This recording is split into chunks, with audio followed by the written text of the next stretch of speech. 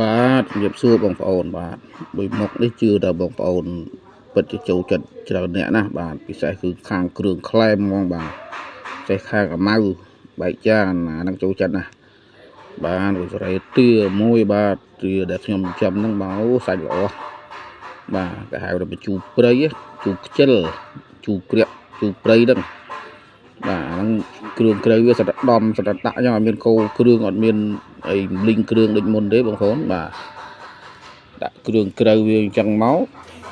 ហើយប្រហុកអីក៏ដាក់ជាមួយគ្នាគ្រឿងក្រៅដាក់ជាមួយគ្នាច្បល់ចូលគ្នាច្បាច់ចូលគ្នាមកបងប្អូនអាហ្នឹងយើងអត់មានឆាគ្រឿងឆាអីទៀតទេគឺគេហៅថាជូរព្រៃជូរខ្ជិលបាទច្បាច់ច្បល់វាដាក់គ្រឿងដាក់ក្រៅអញ្ចឹងមកច្បល់វាដាក់ងាស់ចោលបងប្អូនចូលជាតិខ្ញុំឃើញតលឹងតឹងខ្ញុំផ្លែក៏ចេះច្រើនពេកបងប្អូនអើយផ្លែជ្រុះរាយទៅហើយចឹងមើលទៅមានសារ៉េទាមួយឲ្យស្បោយតលឹងតឹងតិចបងប្អូនបានហើយទៅបេះតលឹងតឹងក៏ចេះអូបើសាច់កេះឡើងងោកទៅដូចអ្នកល្បាំចឹងបងប្អូន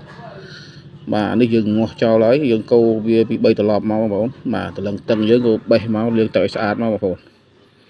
បាទលាងទឹកឲ្យស្អាតមកគឺយើងចាក់ប្រងទៅជាមួយគ្នាមកងាស់មួយគ្នាមកបងប្អូន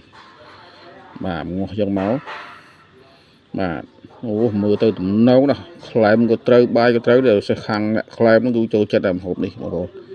អូខ្ញុំក៏ចូលចិត្តដែរបងដៃកំពុងឡើងអាស៊ីតខ្លាំងដែរបងឃ្លានពេកបងប្អូនឃើញតលឹងតឹងត្រូវចេះផ្លែច្រើនបាទមានឈាម3ដុំដែរដាក់លាយគ្នាឈាមដាក់ក្រោយខ្លាច់ច្បល់បែកបងប្អូនបាទតំដាក់មិញ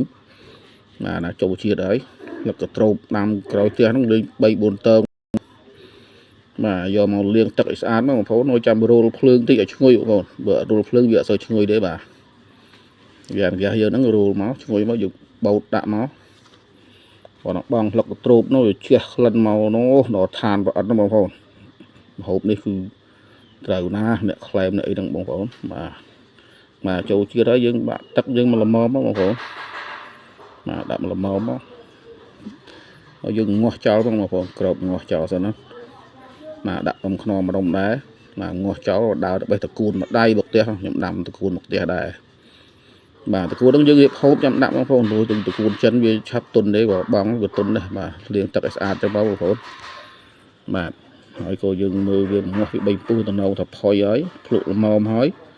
ក៏យើងដាក់តគួនយើងនឹងទៅបងប្អូនបាទដាក់តគួនប្រងកោមកបាទហ្នឹងដាក់កំភ្លេតទុនបានហើយបងប្អូនតគួនចិនមកយើងបាទភ្លក់ទៅល្មមហើយដួសដាក់ចានមកចានមកភ្លក់លើមើលមកបងប្អូនហើយជាតិប៉ុណ្ណាអូម្ហូបនេះគឺត្រូវណាស់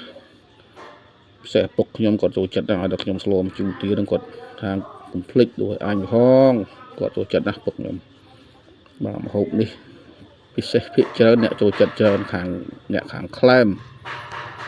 បាទហ្នឹងតំណងដល់បងប្អូនមកសូមអញ្ជើញចូលរួមជាមួយគ្នាបងប្អូនបាទអរគុណច្រើន